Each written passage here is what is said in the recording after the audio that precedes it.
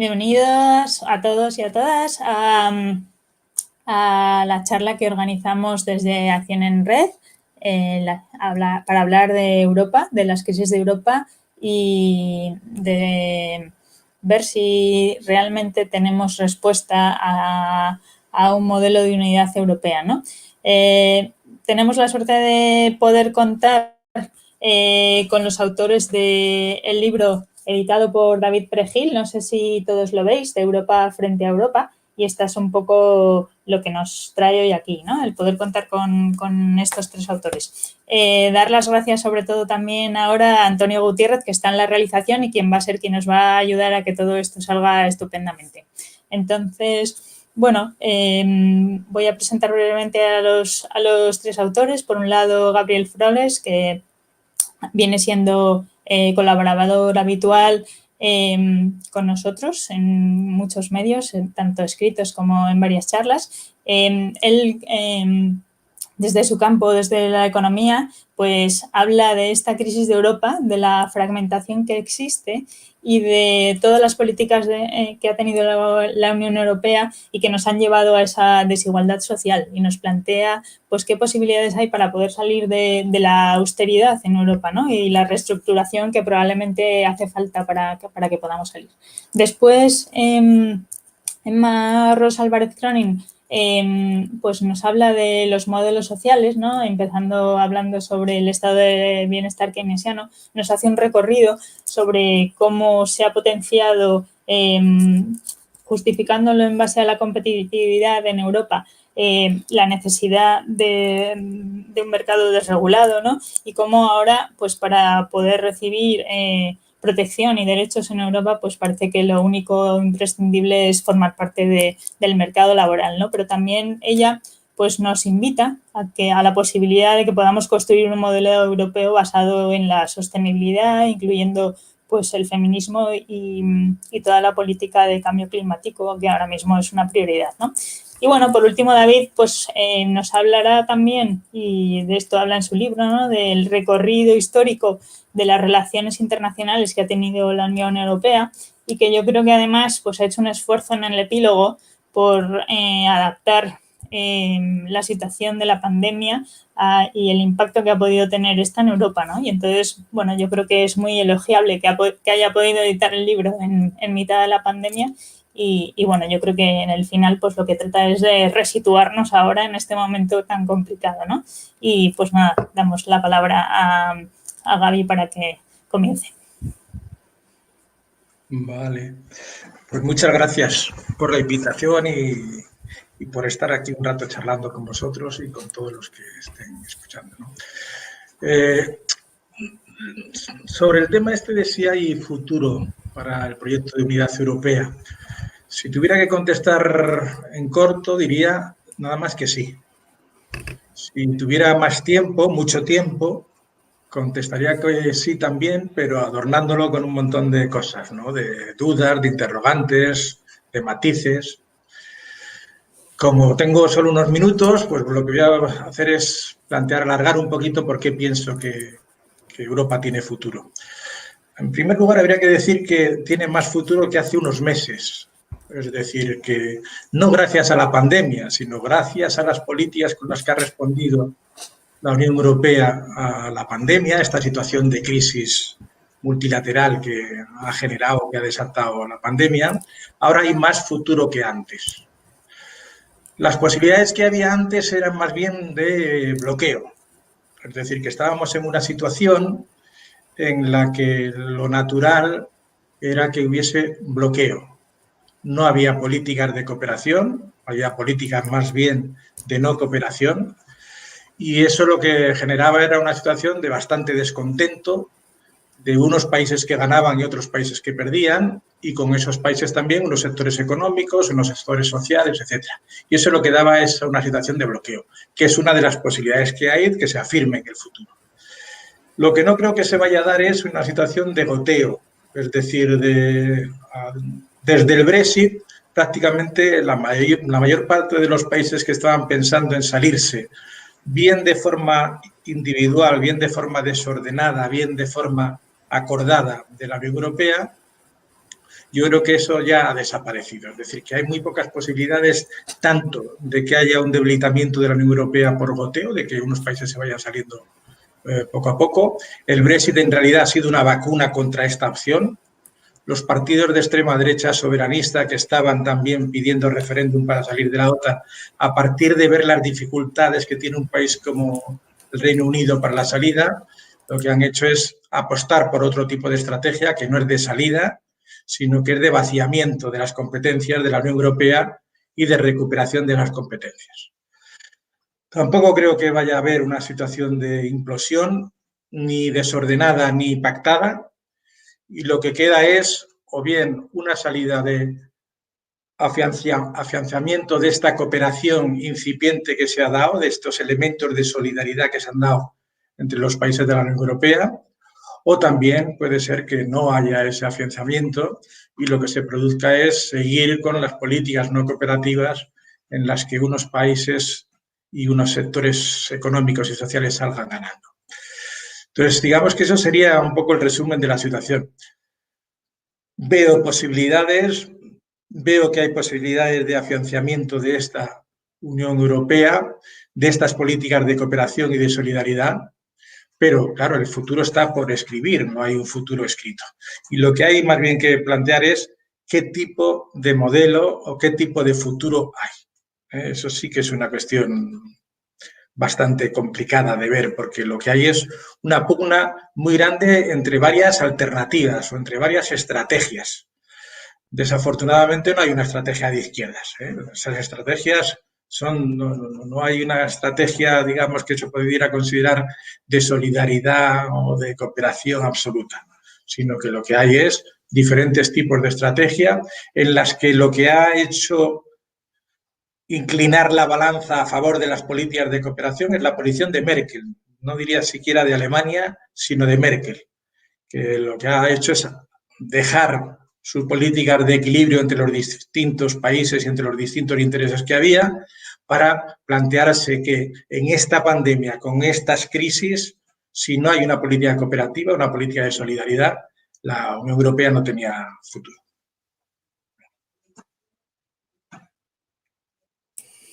Muy bien, Gaby, muchas gracias. Ahora pasamos a Emma. A ver si. Ya está, que no había desactivado el micro. Bueno, en primer lugar, muchas gracias por organizar esta charla Acción en Red Madrid y por invitarnos. Comparto el optimismo de Gabriel y bueno, quería responder un poco a la pregunta que nos habéis hecho de si hay futuro para el proyecto de Unidad Europea, un poco llevándolo al ámbito de la crisis social, ¿no?, que está viviendo Europa, que creo que es uno de los grandes retos que tiene que resolver Europa también para conservar esta unidad. De manera simplificada, esta crisis social se puede explicar hablando de que en Europa desde los años 80 se está dando un proceso de dualización tanto en el mercado laboral como del bienestar, que nos permite distinguir entre ciudadanos que son insiders, que son trabajadores cualificados, que están bien pagados, con derechos laborales parecidos a la época anterior y con acceso a prestaciones sociales como la prestación por el desempleo. Mientras que, por otro lado, tenemos también a los ciudadanos outsiders, que serían trabajadores poco cualificados, con empleos precarios y que no cotizan suficiente para tener acceso a determinados derechos o prestaciones sociales. Sin embargo, también podemos hablar de un proceso de complejización social porque este colectivo de outsiders, de ciudadanos outsiders, no es un grupo homogéneo de trabajadores, sino que también está atravesado por pues categorías como relaciones como el género, la raza, la edad y la clase, ¿no? En definitiva, lo que está pasando es que esto implica que se encuentran en una situación de especial desprotección precisamente aquellas personas que más inseguridad económica y laboral experimentan, son las que menos acceso tienen a la protección social en forma de servicios públicos, de rentas, que les permitan alcanzar niveles de vida que podamos definir como socialmente aceptables. La Unión Europea en esto, en la cuestión social, tiene competencias bastante limitadas. Sobre todo se centra en la elaboración de normas que establecen unos estándares mínimos, por ejemplo, en relación a los derechos laborales. Pero la responsabilidad sobre el empleo o las políticas sociales y de protección social recae principalmente sobre los gobiernos nacionales. Y en el contexto de crisis social que acompaña a la crisis de 2008, las instituciones europeas estuvieron muy lejos de poner en cuestión los riesgos sociales que tiene el neoliberalismo y sus consecuencias, o de cuestionar los modelos de bienestar europeos que claramente eran incapaces de hacer frente a los nuevos retos sociales. Muy al contrario, van a aprovechar para reforzar esta doctrina de la excesiva intervención del Estado en la economía, más específicamente en el mercado laboral, y del sobredimensionamiento del Estado social. De esta manera, aunque tampoco habían experimentado un desarrollo muy significativo en los años anteriores, compromisos que se establecieron como la Estrategia 2020 para la reducción de la pobreza o el mecanismo abierto de coordinación que suponía intentar lograr una armonización de los estándares sociales entre los países de la Unión Europea, o cualquier esfuerzo, en definitiva, para avanzar hacia la construcción de un verdadero modelo social europeo, quedaron completamente sepultados y subordinados a los pactos de estabilidad que se firmaron en 2012. Y esta nueva era de austeridad y de desregulación laboral que sometería sobre todo a los países más golpeados por la crisis, que serían los países del sur, España, Portugal, Italia y Grecia. Y bueno, de esta crisis fundamental del estado del bienestar no es aún así una cuestión solo de países del sur, sino que no se salva ningún país de la Unión Europea, independientemente de que les afecte diferente según el modelo de bienestar o de la posición económica regional de cada país. Y es en este contexto, ¿no?, de fragmentación social, inseguridad e incertidumbre que surge el riesgo y a la democracia, que es el ascenso al apoyo de la ultraderecha. Y ya para acabar, por también soltar algo de optimismo y de propuesta, lo que sí que es fundamental es que para la unidad de Europa se establezca como una tarea esencial construir un modelo social europeo, que es la tarea pendiente de la Unión Europea desde hace mucho tiempo.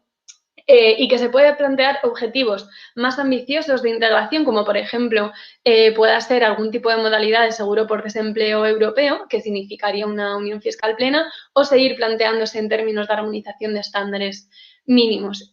Sin embargo, sí que está claro que en este contexto de heterogeneidad de los regímenes de bienestar y también de asimetría económica dentro de la Unión Europea, donde los shocks asimétricos a la hora de afrontar crisis generan brechas sociales importantes, sobre todo en los países del sur, hacen que sea fundamental que exista una voluntad política para equiparar la dimensión social de la integración a la dimensión de mercado. Y con eso lo dejo. Muchas gracias, Emma. A ver, David, si también es igual de optimista.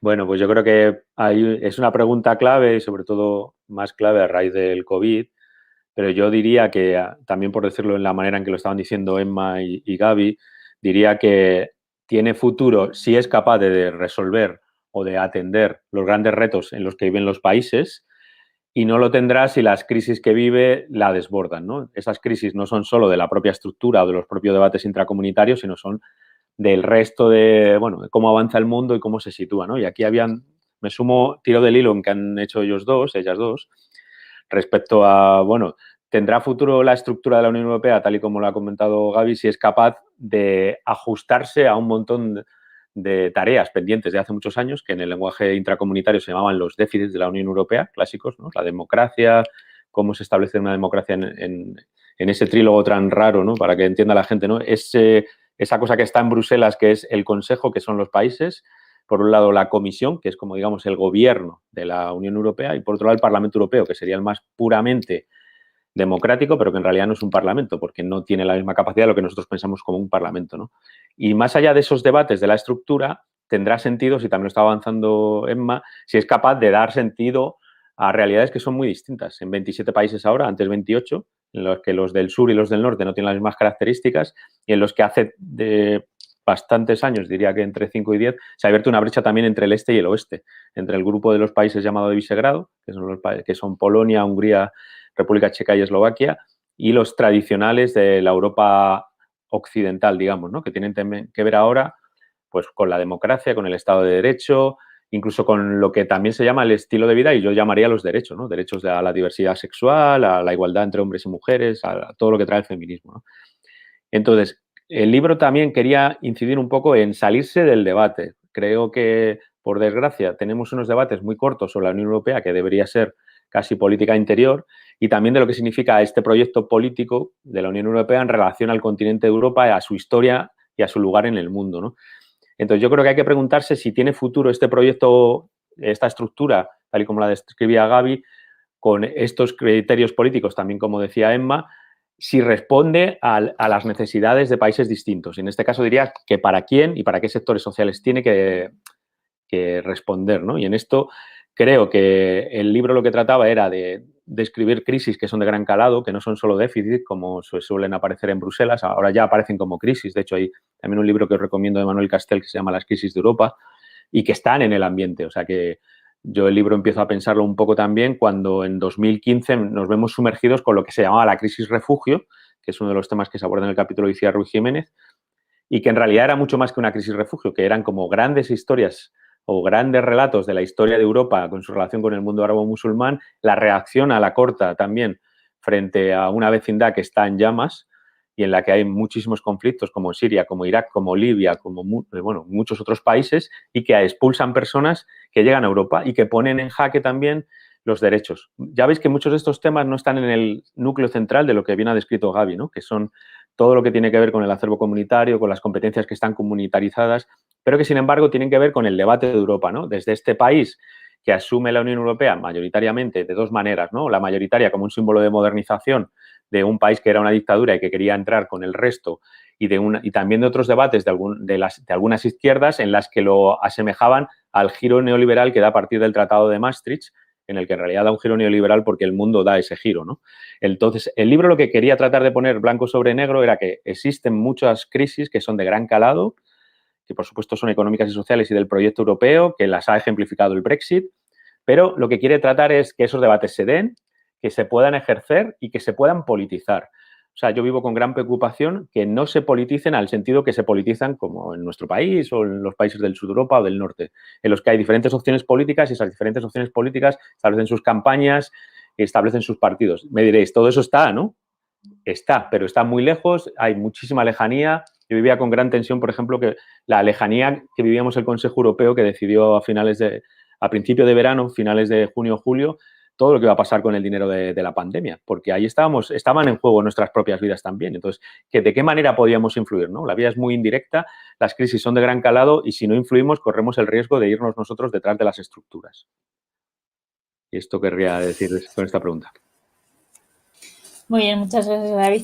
Bueno, pues después de esta breve introducción, simplemente comentaros que todos podéis hacer vuestras preguntas, que habrá un espacio para preguntas al final de la intervención de los autores y que podéis escribirlas en el chat. Y bueno, para empezar con este optimismo, yo creo que lo que tenemos que intentar ver es, bueno, un poco de forma tangible si realmente tenemos herramientas para poder poner soluciones, ¿no? a esta crisis económica, social y política internacional, ¿no? Entonces, bueno, primeramente, pues quería preguntarle a Gaby, ¿no? ¿Cómo ve posible que salgamos de estas, como él ha llamado, políticas no cooperativas, ¿no? Y podamos hacer unas políticas más justas, más redistributivas y más equitativas, sobre todo?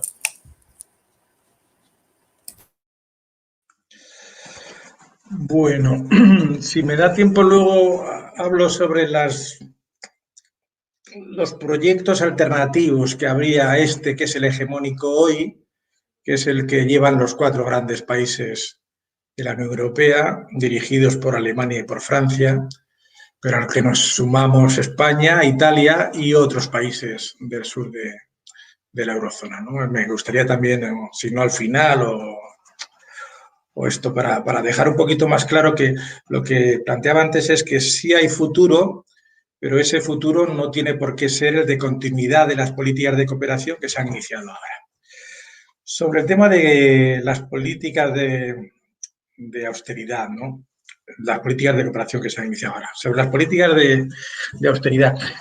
Mi idea es que las políticas de austeridad, tal como se entendieron del año 2010 al 2014 o al 2015, porque en ese momento ya esas están fracasadas, están claramente inadaptadas, se ha visto que no sirve, se ha visto que son ineficaces, se ha visto que han profundizado en una segunda recesión a la Unión Europea.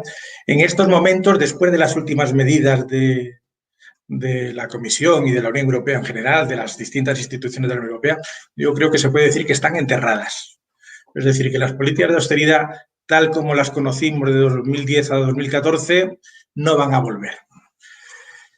¿Eso significa que no hay ninguna posibilidad de que vuelvan? Sí, sí hay posibilidades de que vuelvan. Es decir, si las cosas van mal, pues sí puede darse de nuevo una salida no cooperativa en la que se trate de que cada país se salve por su cuenta y que los países del sur tengamos que, para salir y para salvarnos por nuestra cuenta, volver a otra vez a políticas de austeridad que tendríamos que ver en qué consistieron esas políticas de austeridad, ¿no?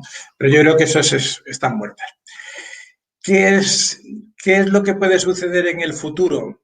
Pues mi idea es que lo normal es que si las políticas de cooperación que se han puesto en marcha, es decir, las políticas monetarias expansivas o expansionistas por parte del Banco Central Europeo y las políticas de incremento presupuestario por la vía de endeudamiento conjunto de los países de la Unión Europea, si eso sale medianamente bien o medianamente regular, lo normal es que eso se vaya insistiendo en ese terreno y se vayan afianzando las políticas cooperativas.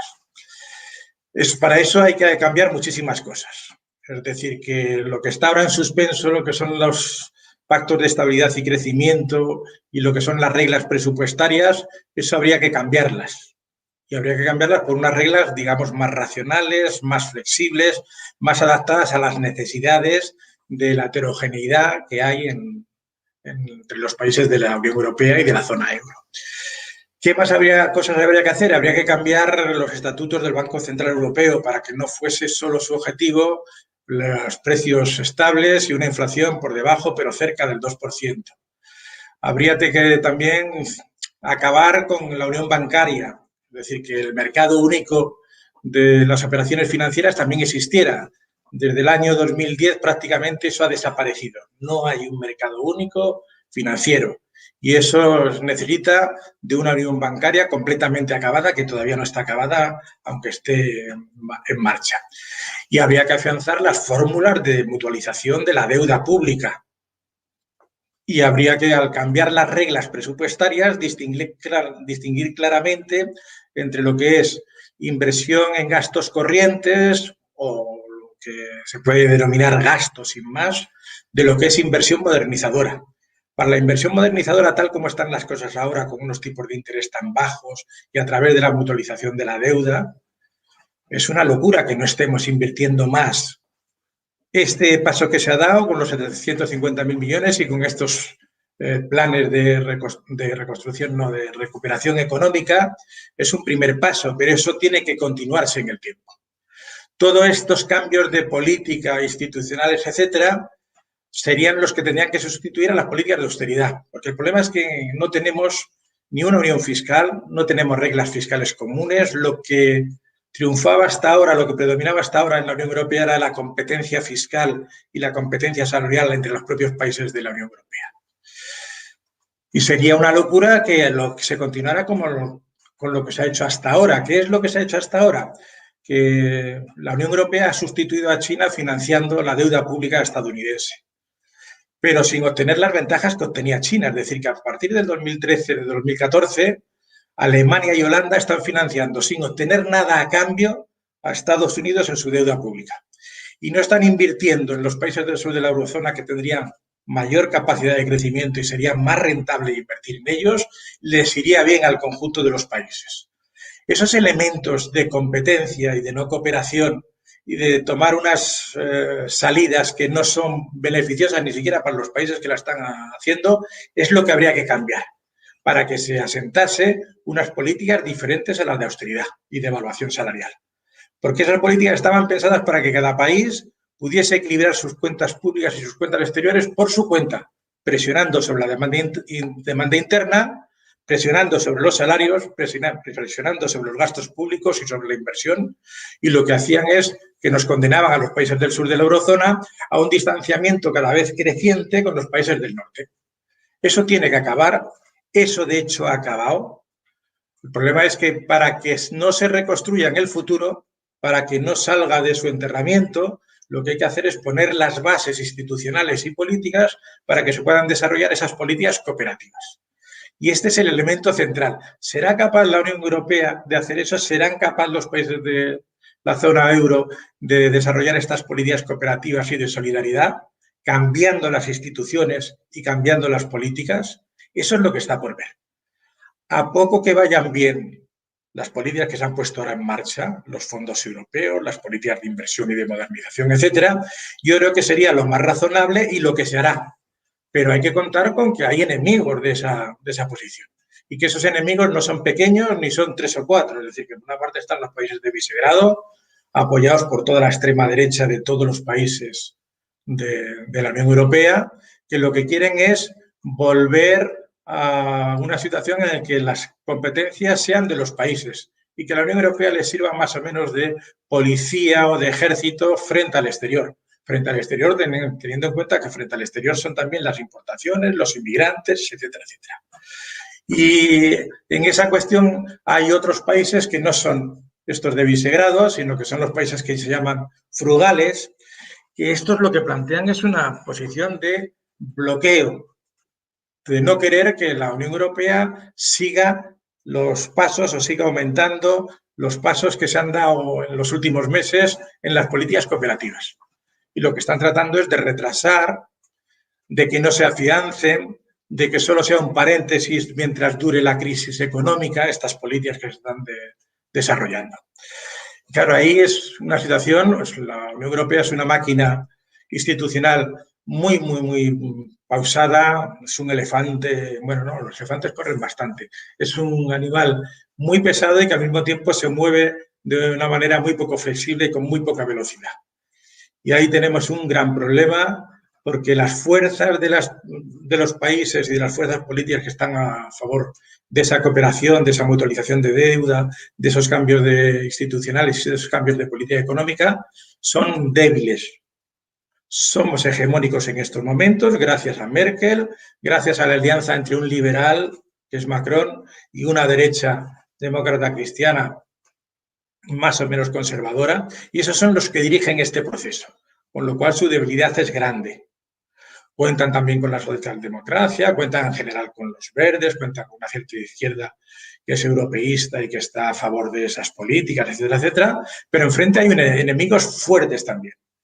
De esa pugna, de esa lucha entre Europa con Europa, es de donde saldrá todo esto.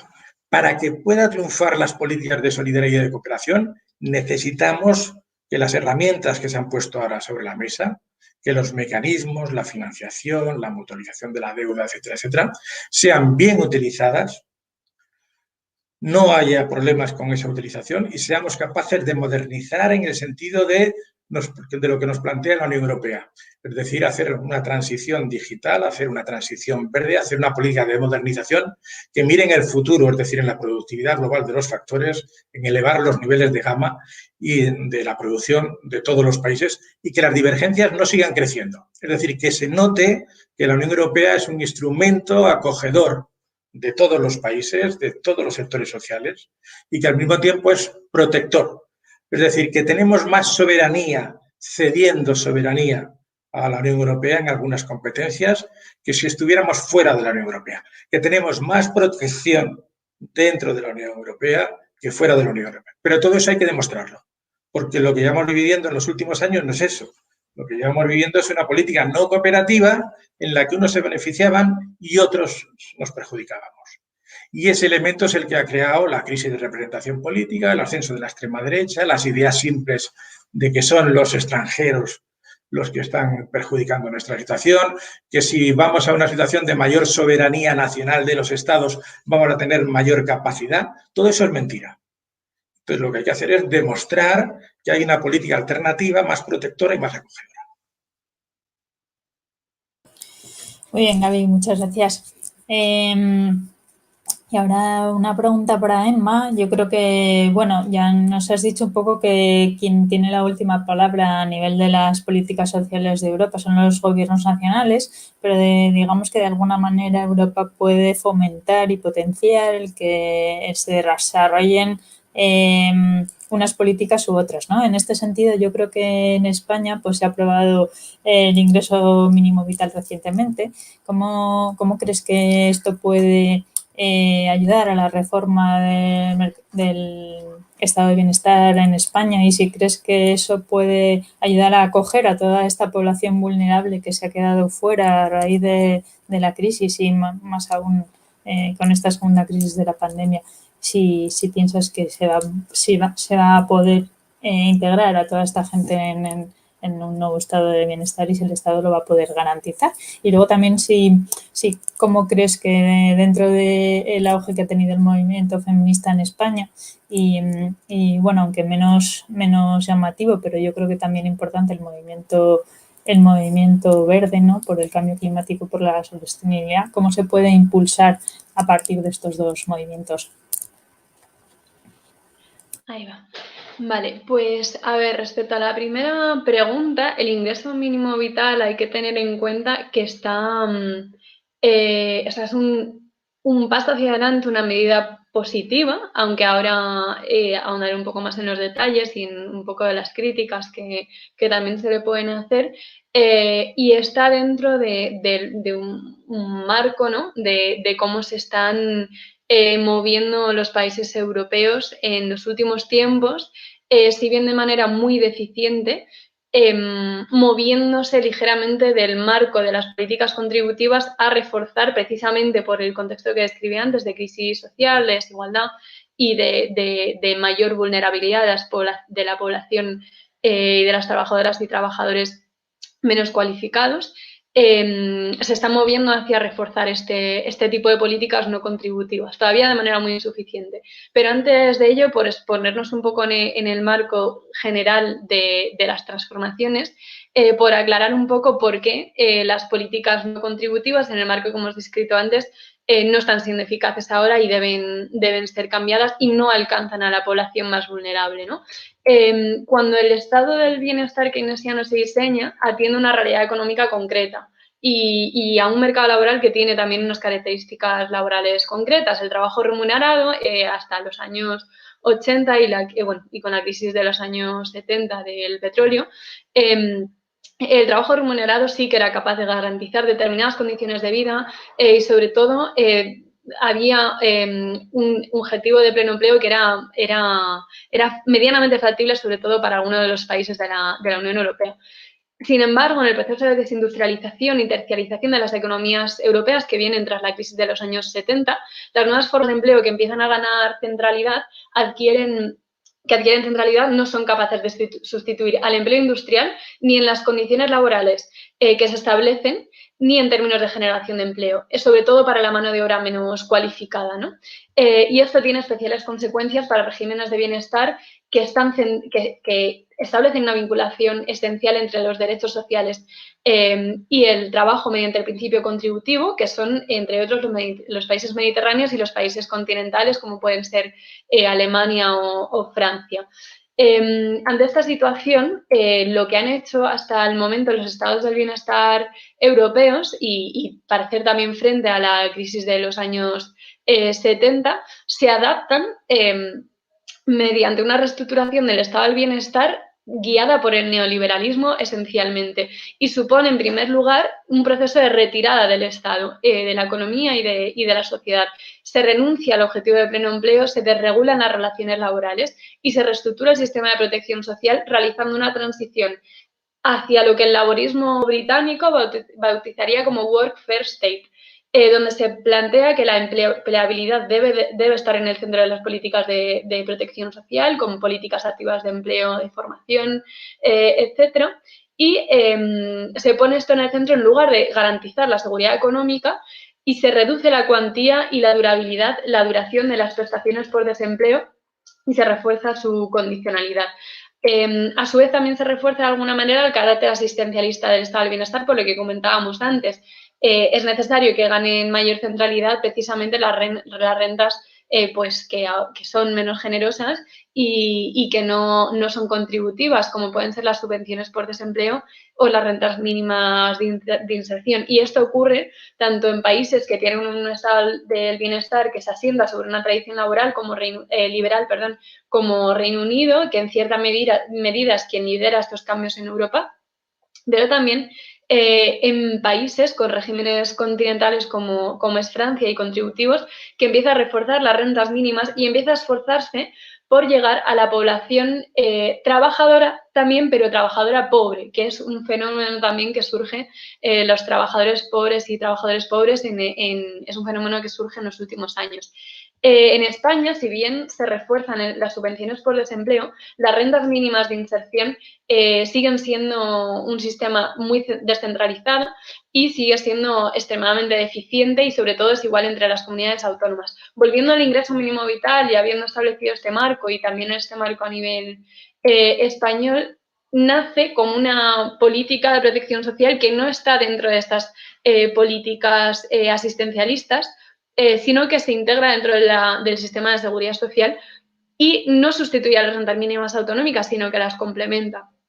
¿Es suficiente para integrar a toda la población vulnerable? Pues ahora mismo la respuesta es que de momento no lo está siendo. Un aspecto positivo que tiene el ingreso mínimo vital, además del hecho de que se integre en la seguridad social, es la compatibilidad con las rentas del trabajo y con subvenciones por desempleo, porque es un mecanismo que ayuda a evitar las trampas de pobreza. Las trampas de pobreza, por lo general, se producen cuando la población receptora de este tipo de ayudas no contributivas las alterna con empleos precarios, mal pagados, inestables y temporales, y una vez que quiere volver a este tipo de prestaciones pasa por otra vez por ese laberinto burocrático de condicionalidad que hace que sea difícil que vuelvan y además y así acaban metidos en bucles de insuficiencia de ingresos y de precariedad y pobreza.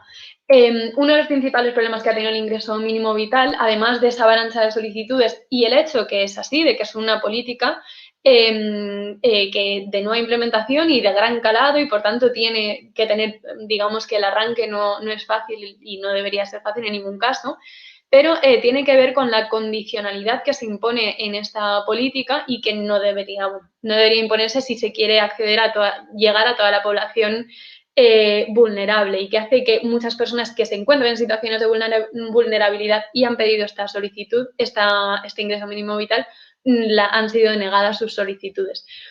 Sí que es cierto, y creo que esto puede tener consecuencias muy positivas en su implementación, dependiendo de cómo se desarrolla, que el Gobierno ha aprobado con los presupuestos generales del Estado una reforma del ingreso mínimo vital hecho para ampliar tanto su alcance como agilizar el proceso. Algunas de las medidas las más importantes son tener en cuenta los ingresos del año en curso y no los del año anterior por las situaciones de pobreza sobrevenida que está sufriendo la gente muchas personas con la situación del COVID. Se reduce también los requisitos de independencia para la población joven de 3 a 2 años para que puedan tener mayor acceso al ingreso mínimo vital. Los servicios sociales van a empezar a poder acreditar algunos de los requisitos y exigencias del ingreso mínimo vital. Y además, y esto también es muy importante, más de una persona en el hogar puede ser receptora del ingreso mínimo vital. Idealmente, una política de este tipo debería de simplificar al máximo el trámite, que no es el caso del ingreso mínimo vital, para alcanzar a la mayor cantidad de personas en situación de vulnerabilidad posible, y el único criterio debería de ser el ingreso. Y sobre todo, y también es una cuestión que es complicada, pero también es importante, es que debería de ser una evaluación de carácter individual preferiblemente. ¿Por qué? Porque hay muchas personas que en el contexto actual piden el ingreso mínimo vital y como viven en, pues, por ejemplo, una situación, vuelven a casa de sus padres y viven de la pensión de los padres y como cuenta esa pensión a la hora de valorar los ingresos de la persona, son incapaces de escapar de esa situación de precariedad en la que están viviendo y dependiendo de sus padres. Vale, pasando a la segunda pregunta, que es bastante diferente, es cambiar un poco de marco, sobre cómo el movimiento feminista y ecologista se integra o qué tienen que decir acerca de la reforma del estado del bienestar. en Europa en general. Empezando por el movimiento feminista. Bueno, poniendo primero un contexto previo, yo creo que uno de los principios que debemos rescatar y para guiarnos en el proceso de reforma y de construcción de nuevos modelos de bienestar es la definición que hace Spink-Andersen cuando explica la aparición del estado del bienestar keynesiano y dice que nace reconociendo algo esencial, que es que la fuerza del trabajo no es una mercancía cualquiera y, por lo tanto, existe la necesidad por parte del Estado para asegurar a las familias y a los individuos niveles de vida socialmente aceptables independientemente de su participación en el mercado laboral. Partiendo de aquí, ¿cuáles son las aportaciones clave, primero, de la economía feminista? Vamos a especificar la economía feminista para construir un nuevo estado social más inclusivo.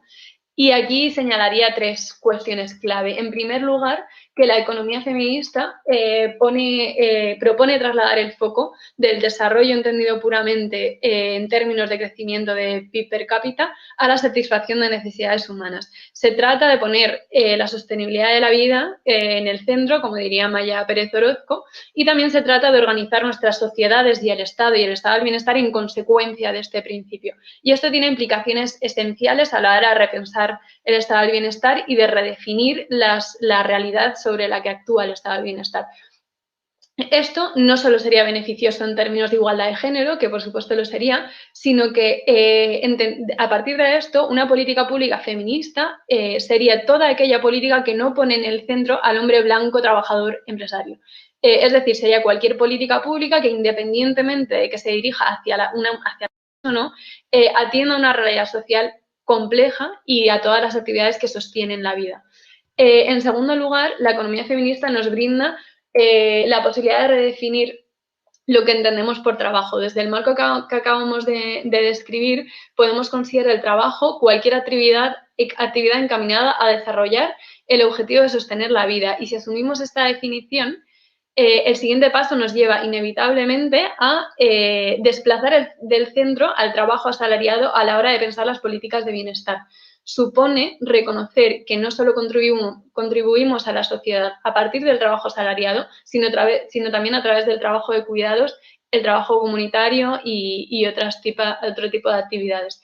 Y de esta manera nos acerca a esa vinculación de los derechos sociales a la condición de ciudadanía y no a la condición de trabajador o trabajadora, que es más propio de los países nórdicos. Y que además es un planteamiento básico para quienes defienden la renta básica universal. En tercer lugar, y ya para acabar con la cuestión de la economía feminista, también gracias a esta redefinición del trabajo, la economía feminista nos lleva a reconocer la responsabilidad social y política que existe respecto al trabajo de los cuidados. El Estado no es solo, en este sentido, un agente que desmercantiliza el bienestar, sino que también debe ser un agente que desfamiliariza el bienestar. De manera que insistiríamos en ampliar su campo de acción y no seguir insistiendo en la retirada del estado del bienestar de la sociedad. Y aquí es fundamental señalar una transición que se produce, sobre todo en los países nórdicos, desde el principio de conciliación, que implica facilitar a las mujeres específicamente hacer compatible la vida familiar con la vida laboral, hacia la corresponsabilidad, donde además de reconocer la importancia del trabajo de cuidados, se realiza un esfuerzo activo para acabar con la división sexual del trabajo. Y esto no solo nos lleva a reformas en políticas de dependencia o de atención o de educación infantil, sino que también nos permite replantear de qué manera se lleva a cabo tanto el trabajo asalariado como el trabajo no asalariado, poniendo sobre la mesa, por ejemplo, cuestiones como la reducción de la jornada laboral, los permisos de maternidad o paternidad intransferibles o el reparto equitativo de las tareas de cuidados. Y bebo un poco de agua. Ya para acabar con la pregunta acerca del movimiento ecologista y cómo integrar también los principios de la economía ecológica al estado del bienestar y a un modelo social europeo más sostenible en el tiempo. Creo que, en primer lugar, para integrar las demandas del movimiento ecologista en las políticas de bienestar, yo partiría de insistir en esa necesidad, ¿no?, de abandonar los viejos marcos e integrar todas las miradas que nos permiten reconocer cada una de las actividades que sostienen la vida. Y en ese sentido el ecologismo no es una cuestión sectorial, igual que tampoco lo es el feminismo, sino que son cuestiones que son pilares centrales a la hora de plantear cualquier proyecto de futuro para la Unión Europea, para los estados de la Unión Europea en específico y en general, ¿no? En la economía ecológica también se pone en el centro la satisfacción de las necesidades humanas frente al crecimiento económico medido exclusivamente a través del PIB. Y partiendo de este marco nos brinda varias aportaciones útiles para repensar la intervención del Estado en la economía. Y simplemente voy a mencionar muy rápidamente dos ideas fundamentales.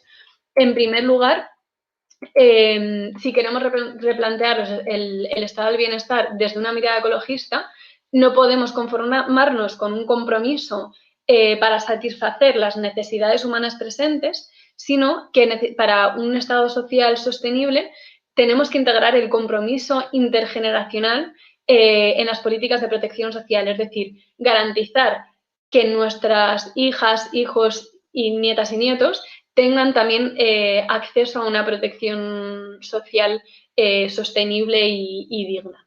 Y en segundo lugar, no solo debemos reconocer que somos interdependientes, y esto también nos ayuda a la economía ecológica, sino que somos ecodependientes. Y por tanto, no se trata solo de poner la vida humana en el centro a la hora de pensar las políticas públicas y políticas de bienestar, sino la vida en un sentido más amplio. Y en esta línea es interesante tomar nota de lo que plantean economistas como Mariana Mazzucato o Paul Mason, que defienden que en el siglo XXI necesitamos un Estado emprendedor que impulse innovaciones esenciales para transformar nuestros modelos productivos y llevar a cabo una transición energética, pero a la vez garantizando que estas transformaciones no solo generan un modelo de desarrollo sostenible, sino también que sea un modelo de desarrollo inclusivo.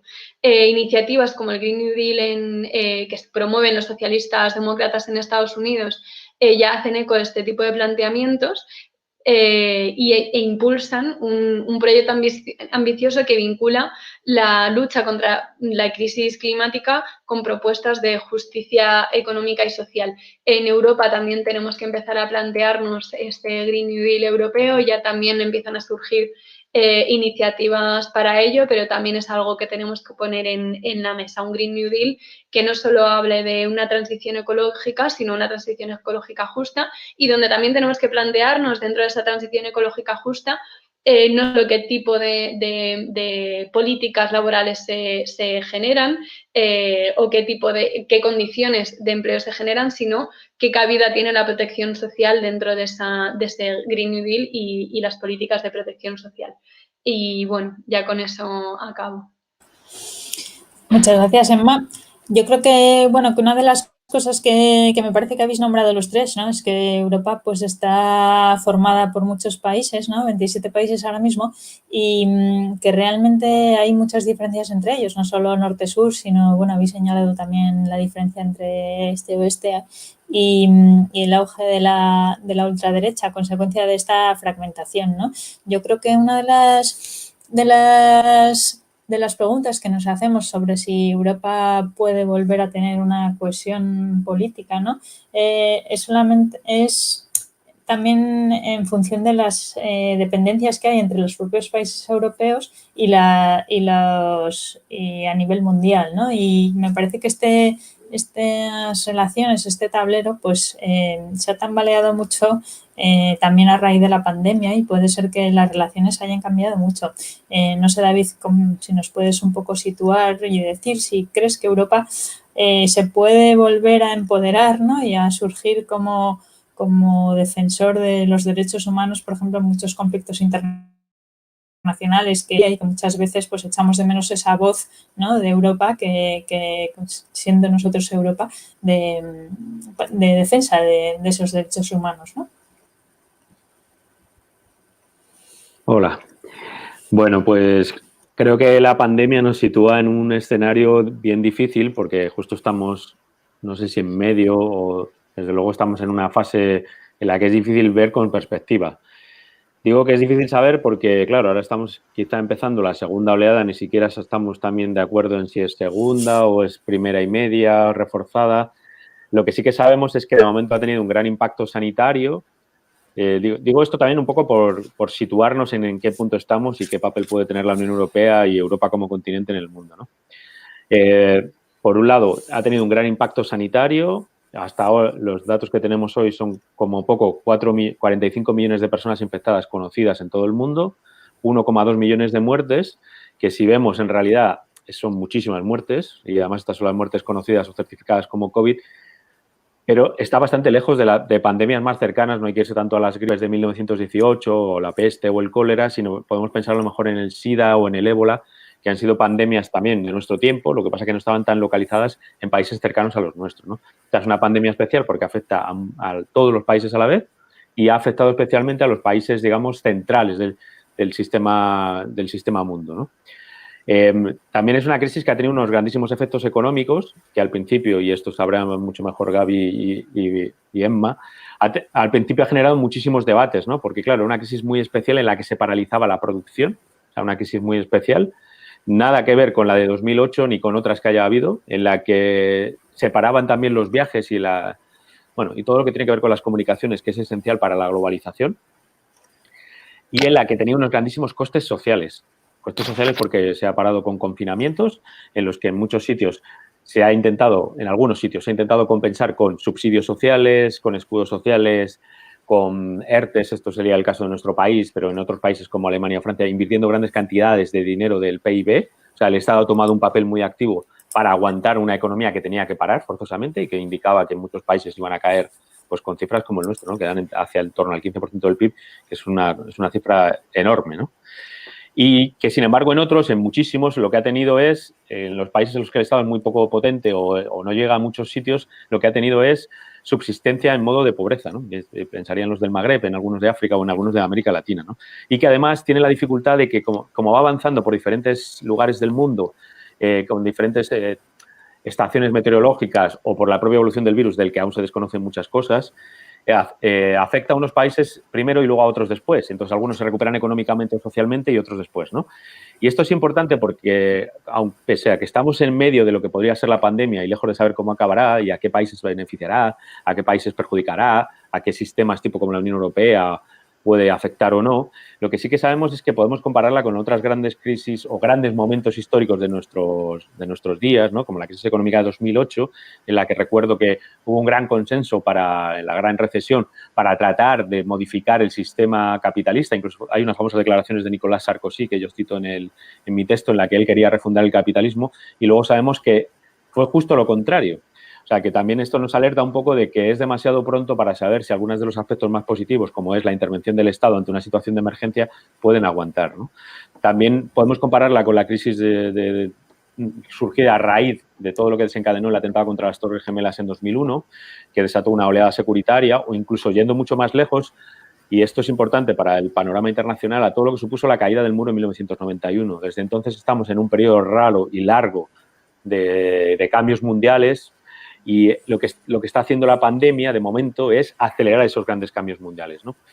Ese sistema que nació en 1991, que era el de la paz liberal con Estados Unidos como hegemón incontestado, con el sistema de Naciones Unidas y con un desarrollo de la globalización, tanto comercial, especialmente comercial, como las instituciones financieras internacionales, como el neoliberalismo económico, con muchas tendencias, ¿no? Pero también en cuanto a las comunicaciones, a la posibilidad de interconectar lugares que estaban desconectados y también el acceso de otros lugares del mundo que no estaban en la economía mundial, no solo los países de Europa del Este, sino pues otros, singularmente China, que entró en la OMC justo el año 2001, ¿no?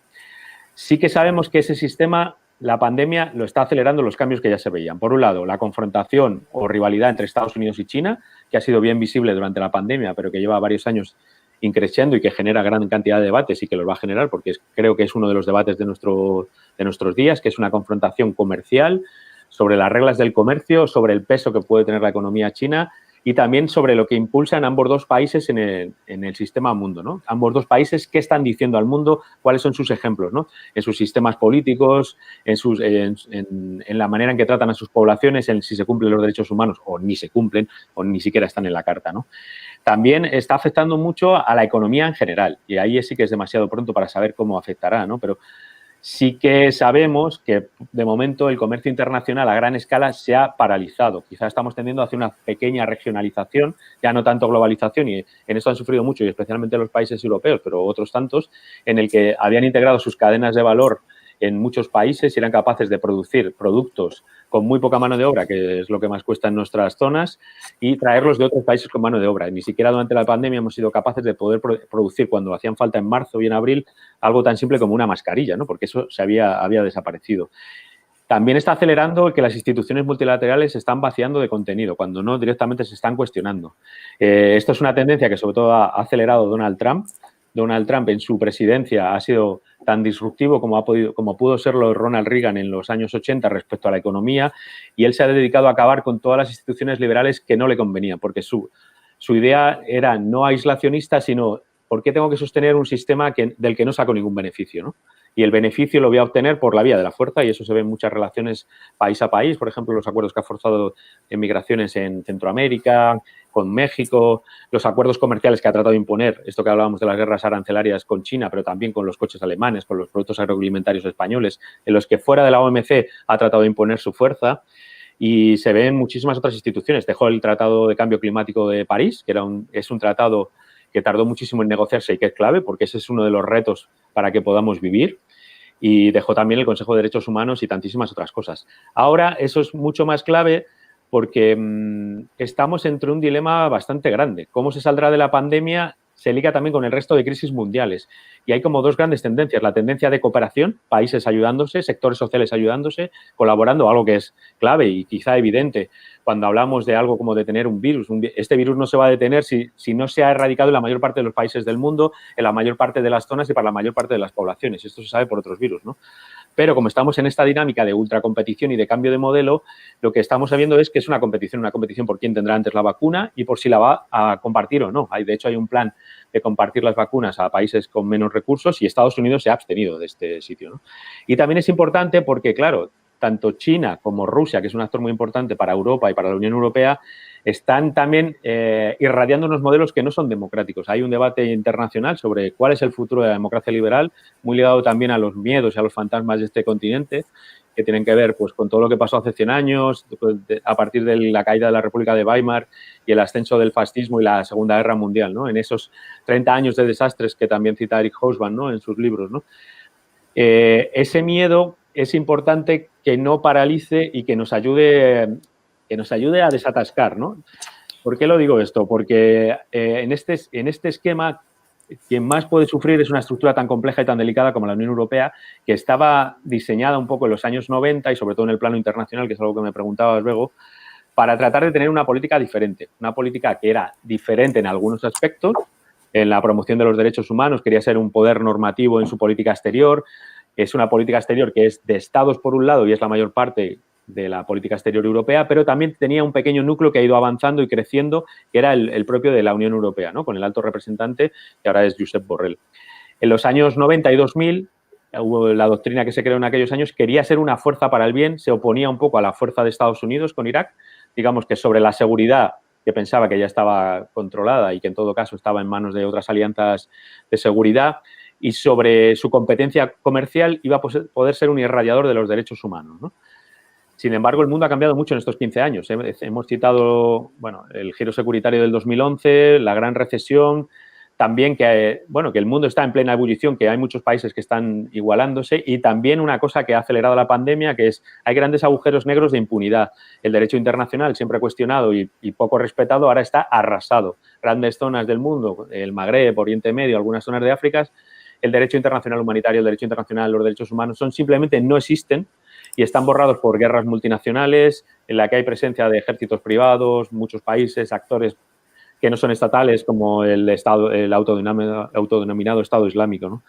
La pandemia actúa sobre todo este conjunto de cosas y empuja a actores como el de la Unión Europea, que habían tenido una política compleja con los derechos humanos, y esto sería largo de explicar, pero en dos titulares podríamos decir que básicamente su política exterior defendía grandes principios que los estados desmentían con su acción, ¿no? Y en este caso, por ejemplo, se puede citar la responsabilidad de Francia y Gran Bretaña en el desastre en Libia desde 2011, ¿no? Un desastre complicado, pero una responsabilidad bien evidente, ¿no? Y cómo deshacían con la política estatal cosas que la política exterior quería hacer, ¿no? O sea, en este sentido se parecería un poco a lo que muchas veces han sido las políticas de cooperación de los estados, que han querido dedicar un pequeño porcentaje a grandes ideales y bien fundamentados, mientras deshacían con su política comercial y económica el resto que querían cambiar, ¿no?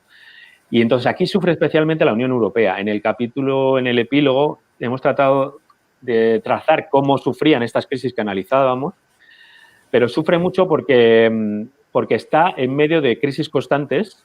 Cuando hablábamos del futuro, volviendo a esa pregunta, podemos decir que la Unión Europea sufrió mucho en marzo, porque pese a que no era su competencia, la sanitaria no es la más comunitarizada, todo el mundo miró, bueno, esto es una situación excepcional, necesitamos ayudarnos, ¿no? Y recuerdo que Italia recurrió a Rusia y a China para ciertas ayudas sanitarias. Recuerdo que durante esos días no se vendió material sanitario. Afortunadamente, luego se ha reconducido no solo en lo económico, sino también en lo simbólico y en la manera de ayudarse, ¿no? Y ahora en esta segunda oleada estamos viendo que Alemania está cogiendo pacientes de Bélgica y de Países Bajos, ¿no? Pero la pandemia ha acelerado muchas cosas sobre las que hay que poner la mirada en Europa, ¿no? Por un lado, el mensaje claro de hace falta otra economía política, eso lo dice Pablo Bustindu en su prólogo, otra economía política que es ser capaces de imaginar y de planificar otras políticas económicas que no estén ligadas a esta oleada neoliberal larga en la que estamos, en la que el Estado puede intervenir más y que sean para el bien social, ¿no?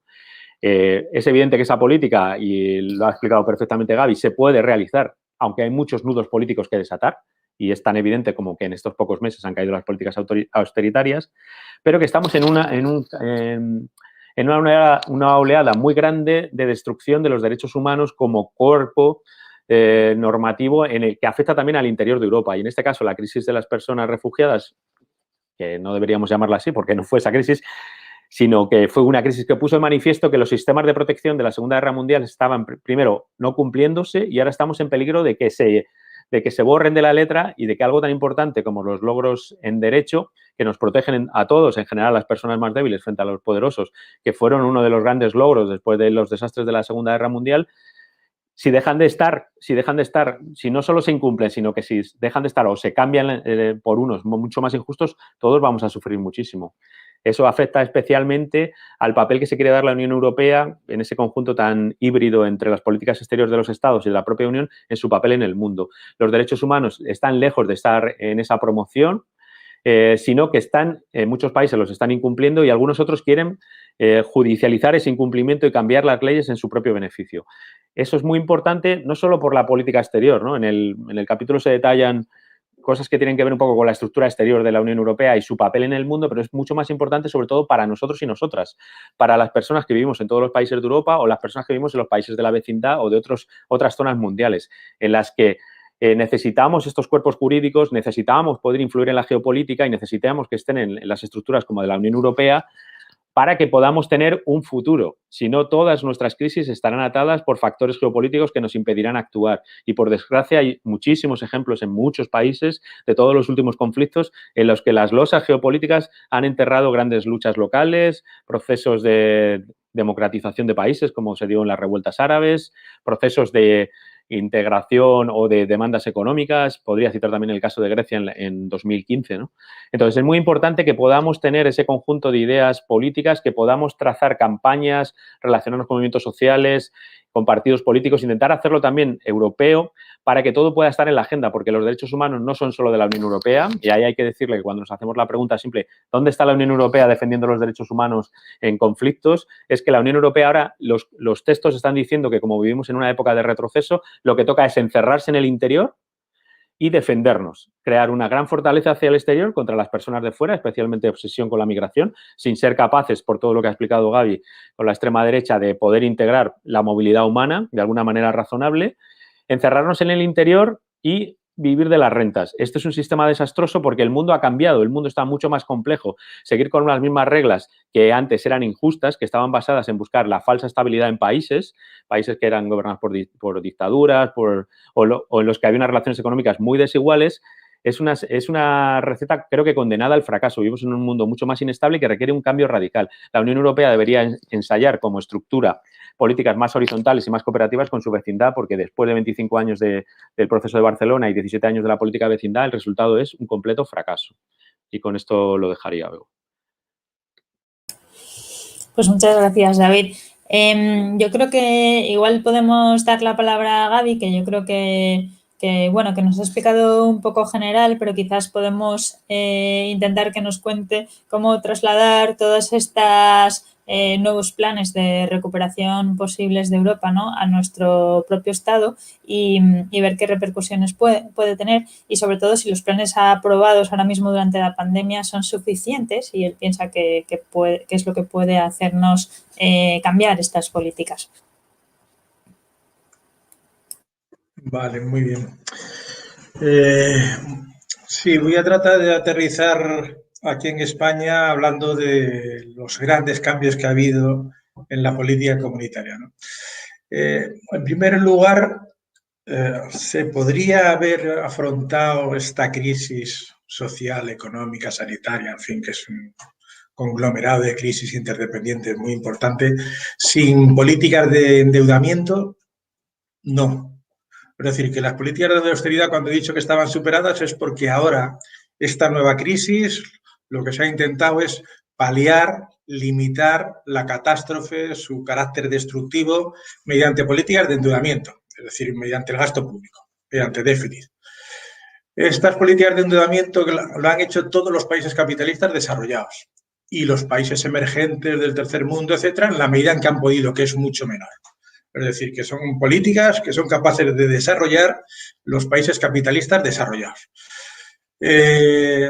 Nosotros podríamos haberla hecho, nosotros España, podríamos haber hecho esta política de endeudamiento a limitar la catástrofe económica estando fuera de la Unión Europea, no. Es decir, que lo que nos ha permitido endeudarnos, lo que nos ha permitido tener un déficit público del mismo nivel que la caída del Producto Interior Bruto, es decir, que si el Producto Interior Bruto ha caído en un 11%, un 12%, un 13%, no sabemos todavía cuánto va a ser, probablemente será un poquito más, pero hemos hecho un gasto público de la misma cuantía, es decir, de un 11%, un 12% del PIB en gasto público. Nos hemos endeudado y hemos tenido un déficit de esas características. ¿Podríamos habernos tenido ese déficit y habernos endeudado fuera de la Unión Europea? No. Es decir, ¿quién nos hubiera prestado 300.000 millones, que es la deuda bruta que hemos tenido que refinanciar, y la deuda neta, aproximadamente 100 y pico mil millones, si estando fuera de la Unión Europea? No. Sin el respaldo del Banco Central Europeo, nosotros no nos podríamos haber podido desarrollar ese tipo de política. Con lo cual, las consecuencias económicas hubiesen sido mucho más graves. Si las consecuencias económicas son mucho más graves, también las consecuencias sociales son mucho más graves. Es decir, que el Estado se ha hecho cargo sobre sus espaldas, es decir, sobre las espaldas del conjunto de la ciudadanía, con el dinero público, endeudándose de toda la caída del producto. Es decir, que si ha habido una caída de la renta del 10%, esa caída de la renta se la ha tenido que cargar el Estado. Y la mayoría de la población no ha tenido ese tipo de caída. Ha tenido una caída muy desigual por sectores sociales, por el tipo de empleos que tenía, por los que se han quedado sin empleo, etcétera, etcétera, los que no tenían antes empleo, etcétera, etcétera. Pero lo fundamental de la crisis, de las consecuencias, de los costes, se los ha cargado el Estado. Y no podríamos haberlo hecho sin las políticas de expansión monetaria del Banco Central Europeo. Es decir, que el Banco Central Europeo lo que ha hecho es intensificar algo que estaba haciendo desde el año 2015, que era comprar deuda pública en los mercados secundarios, es decir, que nosotros emitimos y el Banco Central Europeo lo compra a las instituciones, a los bancos, etcétera, que no lo compraban antes. ¿Qué es lo que se garantiza con eso? Que seamos un país solvente, es decir, que la carga financiera, los intereses a los que podemos colocar esa deuda son muy bajos y somos un país solvente, gracias al Banco Central Europeo. Nosotros, por nuestra cuenta, fuera del euro, fuera de la Unión Europea, no hubiéramos tenido ninguna capacidad para endeudarnos. Nadie nos habría prestado dinero y los que nos prestaran dinero serían unos tipos de interés enormes que nos darían en un estado insolvente. Ya digo que aunque esto es una política generalizada de todos los países capitalistas desarrollados, la mayor parte de ellos, los que tienen una mayor base fiscal y los que tienen una mayor situación de solvencia, se han endeudado en mucha mayor cuantía de lo que se ha retrocedido el Producto Interior Bruto. Nosotros estamos más o menos equilibrados. Es decir, que la caída del Producto Interior Bruto, que también hay que hablar que es las rentas del conjunto de la población, es el Estado la que las ha subido. Bueno, entonces esto es muy importante entenderlo, porque si no, las consecuencias de la crisis a largo plazo, las consecuencias sociales inmediatas, las consecuencias de destrucción de capacidades productivas y de factores productivos y las consecuencias a largo plazo sobre el crecimiento potencial hubiesen sido nefastas. Y eso se ha conseguido gracias a las políticas monetarias expansivas del Banco Central Europeo. Y nosotros hemos podido gastarnos un montón de miles de millones de euros gracias a ese endeudamiento. Eso tendrá consecuencias posteriores, pero es muy importante recalcar ahora que las políticas que se han seguido no es de restricción fiscal y de restricción presupuestaria, sino que ha sido de expansión completamente. Toda la caída del producto ha sido compensado con gasto público, es decir, con endeudamiento. Eso es muy importante entenderlo. Claro, depende de quién esté en el gobierno, eso va a incidir más a favor de unos sectores sociales o a favor de otros. Nosotros, afortunadamente, tenemos ahora un gobierno de cooperación progresista, de coalición progresista, que ha tratado, a veces mal, a veces con deficiencias, a veces de forma insuficiente, a veces con errores, pero ha tratado de que ese endeudamiento haya servido para proteger al conjunto de la población trabajadora, al conjunto de los sectores sociales más vulnerables, etcétera, etcétera. No digo que lo haya hecho siempre bien, pero sí que es lo que ha intentado. Es decir, que ese endeudamiento haya redundado en beneficio no solo de las empresas, que es muy importante, que las empresas que sean solventes puedan continuar mediante crédito o mediante rebajas fiscales, etcétera, sino también a favor de la población. Esto es lo que se ha hecho hasta ahora. Muy importante entenderlo bien, es decir, que es una cuestión de, gracias al endeudamiento, las consecuencias sociales y económicas inmediatas y a largo plazo son relativamente buenas o mucho mejores que si no hubiera habido eso.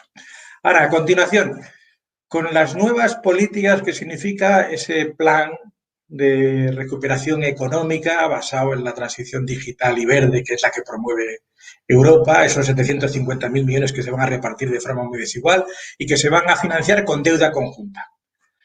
¿Sin eso podríamos nosotros tener unas políticas de recuperación económica? No. Es decir, que nosotros no tenemos ni la base fiscal ni podemos desarrollarla en el corto plazo. En el corto plazo significa en 2 o 3 años para poder afrontar ese problema hoy, es decir, inmediatamente, que es lo que se va a hacer con el presupuesto general del Estado de este año. ¿Podríamos haberlo hecho sin esos planes de recuperación económica de Europa financiados por Europa con deuda conjunta, es decir, con solidaridad? No se reparte en función de lo que cada uno aporta, no se financia en función de la población o del PIB, etcétera. Se plantea el reparto en función de las necesidades de los países. Y por eso España e Italia son los países que, por su tamaño, por cómo les ha afectado la crisis, son los que van a recibir más dinero, tanto en transferencias que no tienen que devolver como en créditos. Entonces, esto es una cuestión también muy importante. No hubiéramos podido plantearnos unas políticas de recuperación económica sin estos fondos. No tenemos capacidad a corto plazo de financiarnos para desarrollar estas políticas. Esto que se incorpora a los presupuestos generales del Estado es una cuestión fundamental. Es decir, que nosotros vamos a tener capacidad para, al mismo tiempo que recuperarnos, vincularlo a la modernización productiva, es decir, vincularlo a una transición digital y verde que haga aumentar nuestra productividad, que haya productividad global de los factores, que haga aumentar la gama de la oferta productiva, que nos sitúen aquellos sectores de actividad que van a desarrollarse más en el futuro gracias a estos fondos, gracias a estos presupuestos europeos. Y esta cuestión hay que integrarla en ¿qué es lo que significa eso? ¿Que es suficiente estos fondos para poder hacer eso? No. Es decir, que nosotros a medio plazo tenemos que tener el relevo. Es decir, que hay que hacer una reforma fiscal que aumente nuestra base fiscal para tener capacidad de invertir en ese tipo de modernización, complementar lo que son los fondos de la Unión Europea y sobre todo sustituirlos en el futuro si esos fondos se debilitan o no se sigue con esas políticas. Lo normal sería que esas políticas continuasen, igual que las políticas monetarias expansivas que nos permiten endeudarnos para poder hacer frente a la catástrofe económica, sanitaria, etcétera, que hemos tenido. En el futuro también poder hacer eso, pero también es que continúen los proyectos de cooperación para modernizar la estructura productiva del conjunto de la Unión Europea. Y esa cuestión tenemos que complementarla con una base fiscal más amplia a través de una reforma fiscal que no se puede dar en un año ni en dos, ni siquiera en toda la legislatura. Es decir, una reforma fiscal es una de las cuestiones más importantes que hay en un país, porque lo que determina es un consenso de hasta dónde llega la capacidad del Estado para establecer solidaridad y para establecer dirección política en las políticas económicas. Es decir, no se puede dejar al mercado que sea el que dirija exclusivamente las decisiones empresariales, sino que el Estado tiene que tomar una dirección en ese proyecto. Gracias también a la Unión Europea, esa dirección significa que va a estar enfocada, la inversión va a estar enfocada en elementos del futuro, es decir, de los sectores que más nos interesan en el futuro, que van a crecer más y que van a generar empleos y de mejores condiciones que van a mejorar la situación de la gente. Entonces, yo creo que esta situación en la que no son suficientes, no podemos esperar que la Unión Europea, a través del dinero de nuestros socios, nos financie, sino que lo que nos están haciendo es dándonos un apoyo que ahora nosotros no podemos. Nosotros, cuando digo España, estoy hablando del conjunto de los países del sur de la eurozona. Nosotros no podríamos realizar de forma autónoma en estos momentos, en los próximos años, no podemos hacerlo, pero sí estamos abocados a hacer políticas de reforma fiscal que nos permitan ensanchar esa capacidad de financiación, esa capacidad de inversión. Y esto no se resuelve con estos impuestos y con 3.000 millones y 6.000 millones y este me da 800 millones, pero lo quito porque el PNV dice que no sé qué, que no sé cuánto. Eso es lo de menos. Lo importante es la estrategia de cooperación entre los dos partidos que están hoy en el gobierno, tratar de ampliar ese apoyo, no solo de forma de colaboración del gobierno, sino fundamentalmente de colaboración parlamentaria, para tratar de hacer una reforma fiscal en profundidad, que no significa que paguen mañana más los ricos y que solo quitándole a los ricos el dinero, etcétera. No, no. Nosotros tenemos una presión fiscal sobre el conjunto de la ciudadanía que es muy baja en relación a Europa. Y eso hay que crear un consenso para que necesitamos ensanchar esa base fiscal. Y eso probablemente va a significar que muy pocos van a pagar menos que lo que pagan ahora, que paguen muy poco, pero que la mayoría de la población va a tener que pagar más, pero tiene que ser progresivo. Y el esfuerzo no puede ser el mismo que los que tengan solo rentas del trabajo, que los que tengan solo rentas del capital, etcétera, etcétera.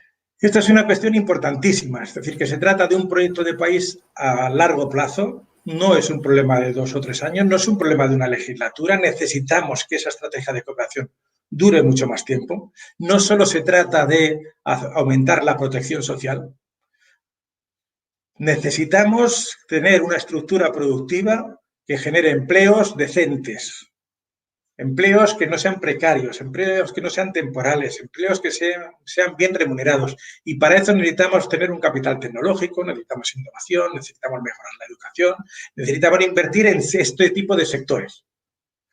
Y eso nos vale y nos viene muy bien y es imprescindible con estos fondos europeos, pero necesitamos complementarlos al menor plazo posible, que ya digo que no es 2 años ni 1, sino más tiempo, para tener una base fiscal suficiente que nos permita tener un ahorro que se pueda convertir en inversión. No es para gastos corrientes, es para modernizar y cambiar nuestra estructura productiva, es para cambiar el tipo de especialización que tenemos, es para que ese tipo de especialización sea capaz de generar empleos bien remunerados, que no sean temporales, etc.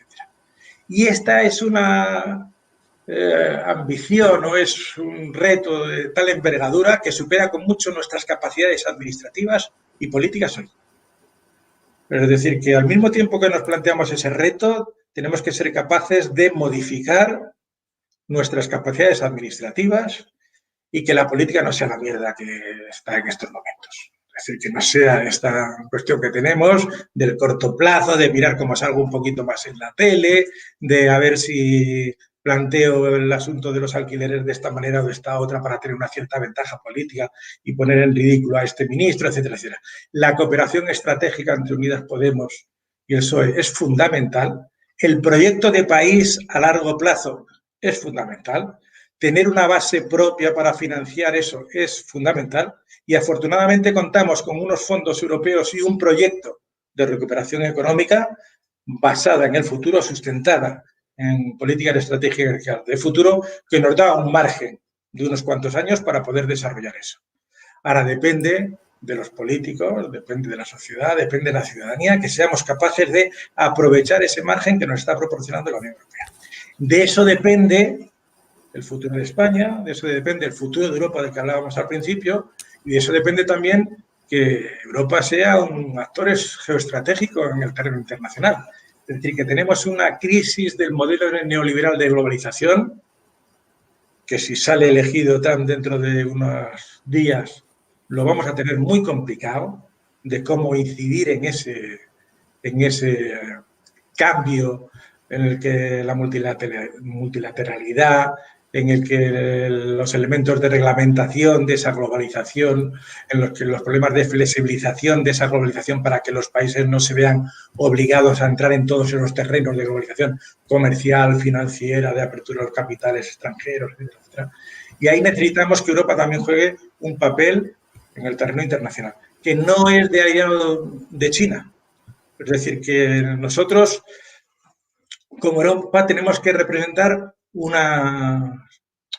tipo y un modelo de globalización sustituto de la globalización neoliberal, pero también sustituto del populismo de derechas nacionalista, soberanista de Trump. Tenemos que representar otro tipo de globalización, flexible, inclusiva, que sea capaz de permitir que la incorporación de los países menos desarrollados y menos competitivos vaya siendo a su paso, no al de las reglas del conjunto, en el que haya reglas, en el que haya organismos multilaterales que sean capaces de entrar en el debate y de hacer cumplir las normas de ese asunto. Entonces, yo creo que esta perspectiva es la que nos tenemos que plantearnos, y eso depende de la calidad de nuestra política, de nuestros políticos, es decir, de nuestro voto. Y ese elemento... Perdón.